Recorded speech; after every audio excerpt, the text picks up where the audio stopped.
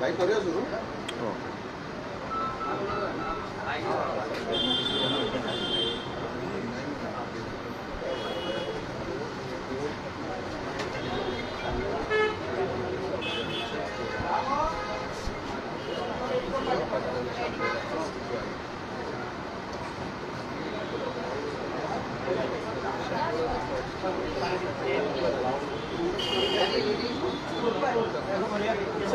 हो. मी ज्या वेळेला मुलाखती दिलेल्या आहेत त्या वेळेला मी सांगितलेलं आहे की कोर्टामध्ये ज्यावेळेला एखादी मॅटर चालू असते त्यावेळेला त्याच्यावर कोणीतरी आपलं मतप्रदर्शन करणं किंवा वेगळं त्या ठिकाणी दिलेल्या निर्णयांचं वेगळं विपर्यस्त असं छापून येणं, कुठल्या मीडियावर छापून येणं किंवा न्यूजपेपरवर छापून येणं हे चुकीचं असतं. आणि आपण बघितलेलं आहे की एका भाषणामध्ये स्वतः चीफ जस्टिस साहेबांनी सुद्धा म्हटलेलं आहे की अशा रीतीच्या मीडिया ट्रायल्स होऊ नये. तर याचा मान सर्वांनीच ठेवावा अशी विनंती आहे. विशेषतः मी स्वतः कधीही कुठलेही कॉमेंट्स केलेले नाही की काय कोर्टामध्ये चालू आहे, पण आज काही ठिकाणी बातम्या प्रसिद्ध होत आहेत आणि त्याच्यामुळे प्रत्यक्ष ऑर्डर कोर्टामध्ये काय झाली ती अशा स्वरूपाची होती की डेट जी फिक्स केलेली आहे इलेक्शन कमिशनने ती 8 तारीख आहे आणि पिटिशनरना वेळ वाढून पाहिजे आहे. तर त्यांनी वेळ वाढून मागितलेल्याच्या संदर्भात आपण निर्णय द्यावा, याचा अर्थ त्यांना वेळ वाढवून द्यावा असा अर्थ होतो. परंतु मग चिन्हाच्या संदर्भात वगैरे अशा स्वरूपात बातम्या छापून आलेल्या आहेत. असं कुठेही कोर्टामध्ये म्हटलेलं नाही आहे. पिटिशनरला वेळ वाढवून द्यावा, ते वेळ मागणार आहेत आणि त्यांना वेळ वाढवून द्यावा अशा स्वरूपाची ही ऑर्डर आहे. तर त्यांनी ते कन्सिडर करावं अशा स्वरूपाची ही ऑर्डर आहे. असं असताना वेगवेगळ्या बातम्या येणं हे चुकीचं आहे आणि म्हणून नेमकं जे बोललं जातं आणि नेमकी जी ऑर्डर आहे तीच मीडियामध्ये सुद्धा आली तर मग लोकांमध्ये कन्फ्युजन निर्माण होत नाही. दुसरं आहे की कोणालाही घटनातज्ज्ञ म्हणून घ्यायचं आणि त्यांचं मत हे प्रदर्शित केलं जातं निर्णयाच्या संदर्भात.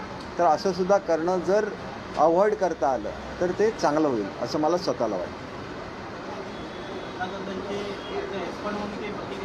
त्यांनी प्रतिक्रिया देणं आणि त्यांनी निर्णय काय होईल हे सांगणं ह्या दोन वेगवेगळ्या बाबी आहेत. त्याच्यामुळे ज्यावेळेला कोर्टामध्ये एखादी मॅटर चालू असते त्यावेळेला त्याच्यावर कुठलीही प्रतिक्रिया किंवा त्याच्यावर काही सांगणं हे योग्य नसतं असं हे माझं म्हणणं नाही. देशातल्या जे सर्वोच्च ऑथॉरिटी आहे त्यांचं हे म्हणणं आहे आणि त्याच्यामुळे ते तुम्ही बघितलं ते छापून आलेलं आहे.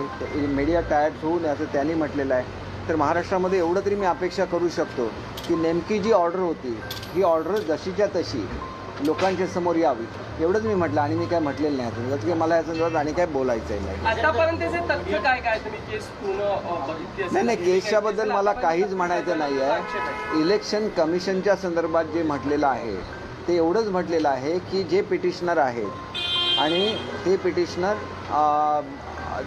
वेळ मागतील तर त्या संदर्भात त्यांना वेळ वाढवून देण्याच्या संदर्भातलं तेवढंच म्हटलेलं आहे. याच्या पलीकडे आणि काही त्या ठिकाणी ऑर्डर झालेली.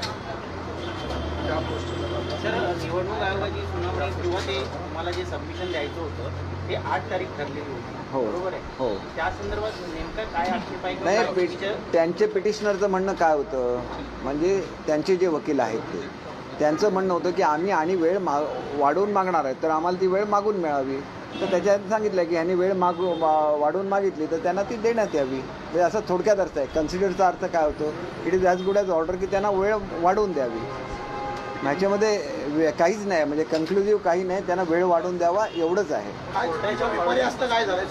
नाही आता मी सांगायला तुम्ही स्वतः बातम्या वाचून बघा. त्याच्यामध्ये काय येतं की चिन्हाच्या संदर्भात येतं किंवा इतर संदर्भात येतं. ती कुठलीही चर्चा झालेली नाही की त्या ऑर्डरमध्ये असं काही नाही आहे. फक्त वेळ वाढवून द्यावा एवढंच आहे.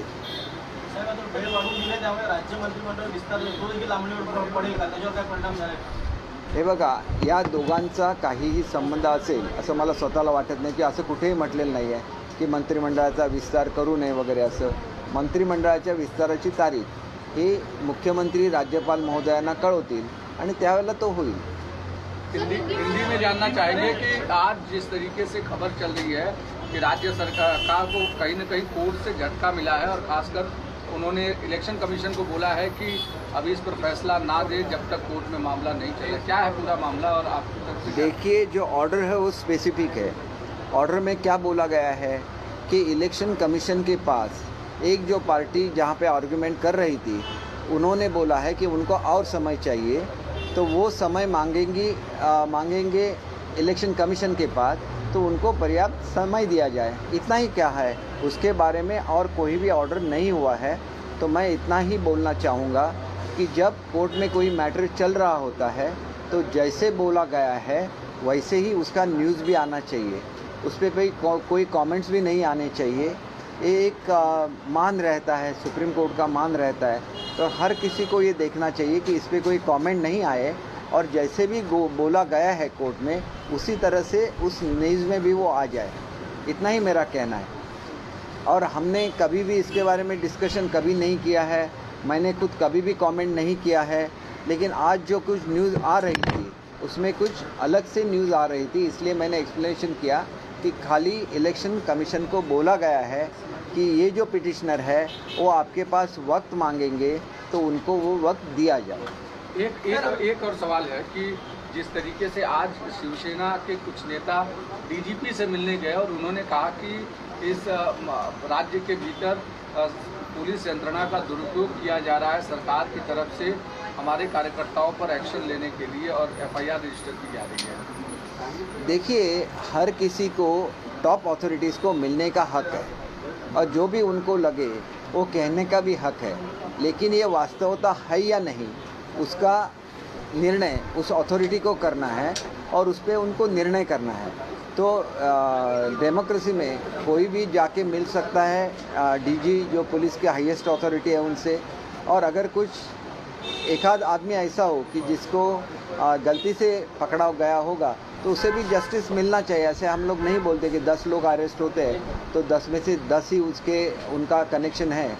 जिनका भी कनेक्शन होगा उनको उन पे एक्शन होना चाहिए, ये तो उनका कर्तव्य है कि उन पे एक्शन लेना। सर, शिवसेना नेत्यांकडून ही टीका करण्यात येते की पायाखालची वाळू सरकल्यामुळे अशा प्रकारच्या शिवसैनिकांवरती आता खोटे गुन्हे टाकले जात आहेत। वाळू सरकणार कशासाठी? वाळू सरकण्यासारखं काय झालेलंच नाही आहे। उलटं तुम्ही बघा की ह्या ठिकाणी सगळं महाराष्ट्राची जनता ही एका बाजूने आहे, तर वाळू सरकणार कशाला? वाळूच्याऐवजी मला असं वाटतं की सर्व जनतेने मुख्यमंत्री उपमुख्यमंत्र्यांचं कौतुक करतायत। रोज हजारोंच्या संख्येने लोक भेटायला येतात, ज्या ज्या ठिकाणी जात आहेत त्या ठिकाणी हजारोंच्या आणि लाखांच्या संख्येने लोक जमत आहेत। तर हे आपल्यातला मुख्यमंत्री असला किंवा आपल्यातला मुख्यमंत्री असले जे सर्वसामान्य लोकांना भेटतात, सर्वसामान्यांच्या कागदावर लिहितात। वैशिष्ट्य त्यांचं असं आहे की कोणाचा घेतलेला कागद आणि पीएकडे असा दिला असं नाही, त्याच्यावर ते लिहितात, खाली सही करतात आणि देतात। नुसते आलेला अर्ज दुसऱ्याकडे सरकवला असं मी कधीही त्यांच्या बाबतीत बघितलेलं नाही आहे। आणि त्याच्यामुळे लोकांना समाधान वाटतं की कोणीतरी आमचं ऐकून घेतं। राज्याचे प्रमुख आमचे आहेत, राज्याचे प्रमुख हे सर्वसामान्य लोकांचे आहेत। ही भावना एक सुखद भावना असते आणि ती भावना जर महाराष्ट्राची जनता अनुभवत असेल तर त्याचं कोणाला वाईट वाटत असेल आणि त्याच्यासाठी जर ते असे तुम्ही सांगितलेले शब्द वापरत असतील तर तो बघणाऱ्याचा दोष आहे। केसरकर साहेब, मुख्यमंत्री सक्तीचा त्यांना आराम करायला सांगितलं डॉक्टरांनी, उपमुख्यमंत्री तातडीने दिल्लीला रवाना झालेले आहेत। यामुळे मंत्रिमंडळ विस्तार पुन्हा एकदा लांबणीवर पडण्याची शक्यता आहे का? तुम्हीच म्हणाला होतात या आठवड्यात मंत्रिमंडळ विस्तार होणार। मी 100% म्हणालो होतो की 4 दिवसामध्ये मंत्रिमंडळ विस्तार होईल।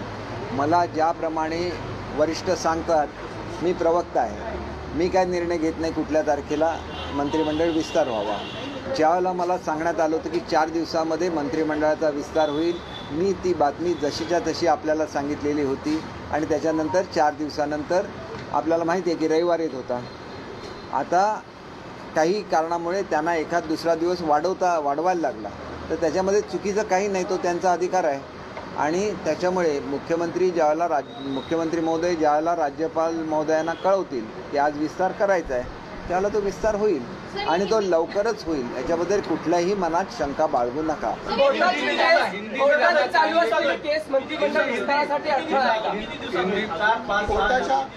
हे बघा, याच्यामध्ये 1-2 दिवसापेक्षा जास्त आणि वेळ लागावा असं मला स्वतःला वाटत नाही। आणि समजा त्यांना उद्याच करायचं असेल तर त्यालासुद्धा कुठलं बंधन नाही आहे, शेवटी ते त्यांच्या मनावर आहे। आणि त्याच्यामुळे शेवटी असं असतं की याद्या ज्या वेळेला फायनल होत असतात त्यावेळेला दिल्लीच्या फ्रिक्वेंटली व्हिजिट्स करायलाच लागतात. ज्या वेळेला एवढ्या वेळेला दिल्लीला जातं आहे त्याच्या अर्थी तुम्ही समजलं पाहिजे की याद्या जवळजवळ फायनल होत आलेल्या आहेत. सर कल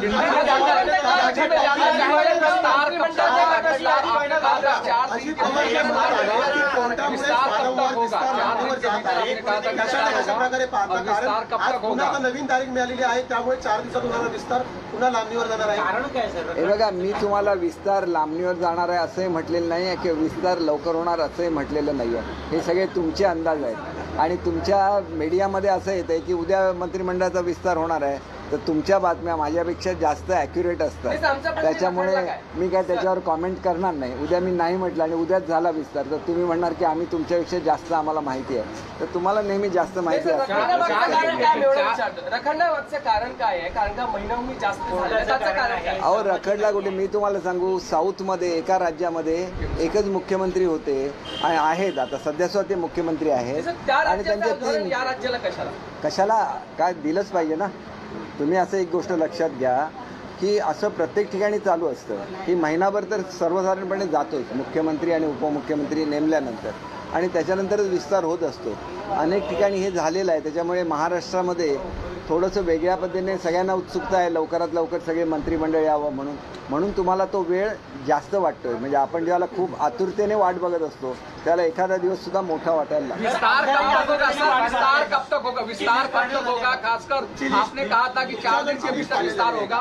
आमची लिस्ट फायनल जायची की नाही ह्याचं उत्तर शिंदे साहेब आपल्याला देऊ शकतात. विस्तार कब तक होगा? और आपने कहा था कि 4 दिन के भीतर विस्तार होगा. कल की संभावना जताई गई वो टल गई है, कैसे देख रहे हैं? टल रही है वो आप बोल रहे हैं, मैं कैसे बोल सकता हूँ टल तो कब गई तक है? विस्तार हो रहा है? वो तो मुख्यमंत्री साहब का प्रियोगेटिव रहता है. उपमुख्यमंत्री साहब से बात करके वो अनाउंस कर देंगे कि किस तारीख को विस्तार हो रहा है. लेकिन लग रहा है आपको कि जिस तरीके से आज सीएम छुट्टी पर है, डीसीएम दिल्ली चले गए, विस्तार कल होने की संभावना, और अगर होनी होती तो आपने सारे जो संभावित मंत्री हैं उनको बुला लिया क्या आपने? नहीं, ये सब आप ही बातें कर रहे हैं, मैं इसके बारे में क्या बोलूँगा. आप मुझसे ज़्यादा जानते हैं इसलिए आप ही सब बातें करते हैं और लोग भी आप में ज़्यादा विश्वास करते हैं. मैंने तो एक छोटी सी चीज़ बताने के लिए एक प्रेस कॉन्फ्रेंस ली थी कि जो कोर्ट में जैसे ऑर्डर हुआ है उसी तरह से उसको मीडिया में भी आना चाहिए और ये आना ही योग्य है, ऐसे मेरा कहना है.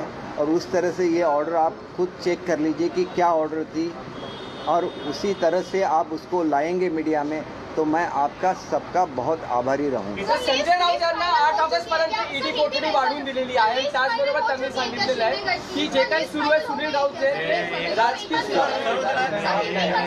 नहीं, इसका जवाब शिंदे साहब आपको दे सकते हैं. आज उनकी तबीयत ठीक नहीं है.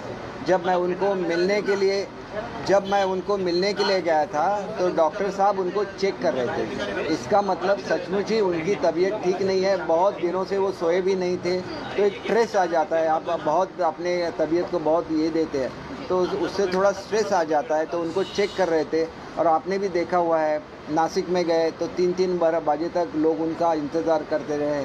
औरंगाबाद में गए थे वहाँ पे भी लोग देर रात तक उनका इंतज़ार कर रहे और वो लाखों की संख्या में थे, हज़ारों की संख्या में रहे. क्योंकि ऐसे मुख्यमंत्री मिल गए जो सामान्य लोगों को मिलते हैं, उनसे बातें करते हैं, उनका दुख समझ लेते हैं और उस पर एक्शन भी करते हैं. तो ये वाजिब है कि उनको भी ज़्यादा समय देना पड़ा है और इस दरमियान उन्होंने अपने हेल्थ का केयर नहीं लिया है. तो इसके लिए ऐसे जो रहते हैं नेता तो उनको चेक करना पड़ता है उनकी आरोग्य के बारे में. वही वो जनरल चेकअप था और उनको डॉक्टर ने बोला है कि एक आध दिन आप ये लेंगे, रेस्ट लेंगे तो आप बिल्कुल. सर लेकिन 10 तारीख से पहले हो जाएगा मंत्रिमंडल विस्तार? 10 तारीख से पहले होने की संभावना है? आप हमेशा मुझसे बुलवा लेते हैं और फिर मुझे से पूछते हैं कि वो क्यों नहीं हुआ. तो ये बोलना अच्छा नहीं है.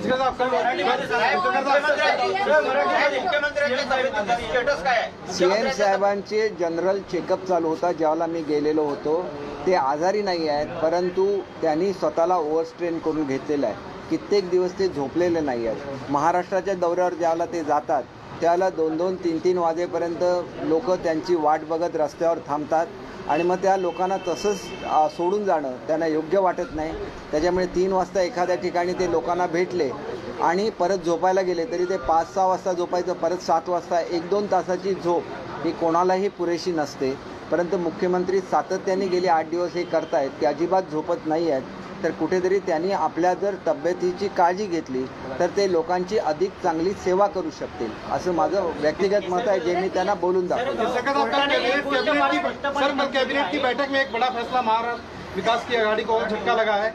जो वार्ड रचना थी उसको रद्द करके पुरानी रचना के आधार पर भी 2017 के आधार पर ही चुनाव दिए जाएंगे. कांग्रेस के फेवर ये में तो कांग्रेस में खुशी है, कांग्रेस ने खुशी जताई इस पर। नहीं, किसी ने भी खुशी जताने दीजिए, आखिर तो जीतना तो हमें ही है, इसलिए उनकी जो खुशी है आज खुशी मनाने दीजिए. जब रिजल्ट आएगा तो हम लोग खुशी मनाएंगे, क्योंकि हमारे ही जो युति के कार्यकर्ता है वो हर जगह पे जीतने वाले हैं, क्योंकि महाराष्ट्र की जनता हमारे साथ है. ये वार्ड की पुनर्रचना करने की वजह क्या थी? ये मैं नहीं बोल सकता, जिन्होंने की उनको पूछना पड़ेगा. सर, लेकिन सर, ये फक्त बीएमसी चुनाव में जो है वो शिंदे गुट और बीजेपी एक साथ चुनाव मैदान में उतर बिल्कुल सकते हैं। बिल्कुल लड़ेंगे. हम हर इलेक्शन इकट्ठा लड़ेंगे, चाहे वो कॉरपोरेशन का इलेक्शन हो, चाहे वो नगर पालिका का इलेक्शन हो, चाहे वो जिला परिषद का इलेक्शन हो, चाहे वो पंचायत समिति का इलेक्शन हो, या तो छोटा से छोटा जो इलेक्शन रहता है वो ग्राम पंचायत का रहता है, उसमें भी हम इकट्ठा लड़ेंगे. और हमारी एकता क्या है वो जनता को दिखाएंगे, उनको न्याय देंगे. सुनील राऊत ने बयान दिया है की संजय राऊत को हिअरिंग होऊ शकते, पण तुम्ही इलेक्शन कमिशन कुठलाही निर्णय घेऊ शकत नाही हे तरी स्पष्ट म्हटलेलं आहे कोर्टाने. याबाबत कुठलाही नाही असं तुम्ही ऑर्डर वाचून बघा ना. तुम्ही ऑर्डर का वाचून बघत नाही? ऑर्डर क्लिअर आहे की त्यांना वेळ द्या, निर्णय घेऊ नका, असं कुठल्या ऑर्डरमध्ये म्हटलेलं असेल. चिन्हाचा निर्णय घेऊ नका. अहो, मी आता तुम्हाला ऑर्डर वाचून दाखवली, इंग्रजीमध्ये ऑर्डर आहे, मी तुम्हाला वाचून दाखवली, त्याच्यामध्ये कुठे असं आहे का? हे बघा, वकील काय मांडतात हा वेगळा भाग असतो. तुम्ही जी बेंचने ऑर्डर दिलेली आहे, ऑर्डर वाचा. माझ्याकडून वाचण्याची गरज नाही आहे. हे सगळे जे लॉ बुक्स येतात, या लॉ बुक्समध्ये हे छापून येतं, ते तुम्ही इंटरनेटवरून काढा आणि त्याप्रमाणे लिहा. एवढीच माझी साधी मागणी आहे. ती ॲक्च्युअल ऑर्डर असते. जो पिटिशनर असतो तो वेगवेगळ्या बाजू मांडत असतो, पण त्यांनी मांडलेली बाजू म्हणजे त्याच्यावर दिलेली कोर्टाने दिलेली ऑर्डर अशी नाही. कोर्टाची ऑर्डर लेखी असते आणि ती जर स्पीकिंग ऑर्डर असली तरी ती त्या लॉ बुकमध्ये तशीच्या तशी येते. इतर ठिकाणी काय छापून येतं मीडियामध्ये हे महत्त्वाचं नसतं. तुम्हाला ती इंटरनेटवर मिळेल आणि ती तुम्ही इंटरनेटवर बघा आणि मग तुम्ही तशी ती छापा. एवढी मी सर्वसाधारण साधी विनंती केलेली आणि आपण या विनंतीचा मान ठेवाल अशी मी सुनील राउत ने बयान दिया है कि एक साजिश के तहत संजय राउत को फंसाया जा रहा है. जल्द से जल्द 2 से 3 दिन में एक प्रेस कॉन्फ्रेंस लेंगे और पूरे डॉक्यूमेंट के साथ मीडिया के सामने आएंगे. देखिए, ये सब अंदाज रहते हैं. मैं भी ऐसे बोल सकता हूँ कि वो जो एनवलप पे लिखा हुआ था वो सुनील राउत जी का हस्ताक्षर है या नहीं, वो भेज दीजिए हस्ताक्षर करने के पास. ऐसे भी हम लोग कुछ भी बोल सकते हैं ना. उस बोलने से क्या होता है? वो तो सचमुच में किसका हैंड राइटिंग है उसको चेक करना चाहिए, तो आपको मालूम पड़ेगा कि साजिश कौन कर रहा है. साजिश तो ऐसे व्यक्ति के खिलाफ होती है जो एक महनीय व्यक्ति होता है, और कोई भी लिख सकता है किसी भी एनवलप पे, और वो हस्ताक्षर किसका है वो भी चेक करना चाहिए, ऐसे मेरा मानना है. लेकिन ये करना न करना वो जो इन्वेस्टिगेटिंग एजेंसी है उसका काम है. इसके बारे में मैं क्यों बोलूँ? तो इन्वेस्टिगेशन चल रहा है तो इन्वेस्टिगेशन चलने दीजिए. फिर उसके क्या बारे में कोर्ट में आज बहस भी चल रही है, तो इसमें हम लोग ऐसी चीज़ों में कभी भी कमेंट नहीं करते हैं, आगे भी चल के कभी भी कमेंट नहीं करेंगे. राजकीय सूडबुद्धीने कारवाई केली जाते असं सुनील राऊत म्हणतात. संजय राऊतचे भाऊ आहेत आणि त्याचबरोबर 8 तारखेपर्यंत पोलीस कोठडी त्यांना वाढवून दिली याचा अर्थ असा आहे की कोर्टाने वाढवून दिलेली आहे. याचा स्पष्ट अर्थ असा आहे की त्यांच्यावर सूडबंदीने कारवाई होत नाही आहे, नाहीतर कोर्टाने वाढवून दिली नसती कस्टडी. किरीट सोमय्या म्हणतात की प्रताप सरनाईक आता पवित्र झाले. हे बघा, मी आपणा सर्वांनाच विनंती करतो की एजन्सीजना आपलं काम करून दे. मीडियामध्ये काय येतं आणि खरं तर लोकांनी मीडियासमोर येऊन काहीही स्टेटमेंट देण्यापासून लांब राहिलं पाहिजे. कारण स्टेटमेंट येतात त्यावेळेला इन्व्हेस्टिगेशन चालू असतं, स्टेटमेंट येतात त्यावेळेला कोर्टामध्ये केसेस चालू असतात. त्याच्यावर कुठल्याही तऱ्हेचा दबाव येणार नाही, या कसलाही परिणाम होणार नाही याची काळजी प्रत्येकाने घेतली पाहिजे असं मला वाटतं आणि मी ते त्यांच्या हिताच्या दृष्टीने तसं ते त्यांना विनंती करतो.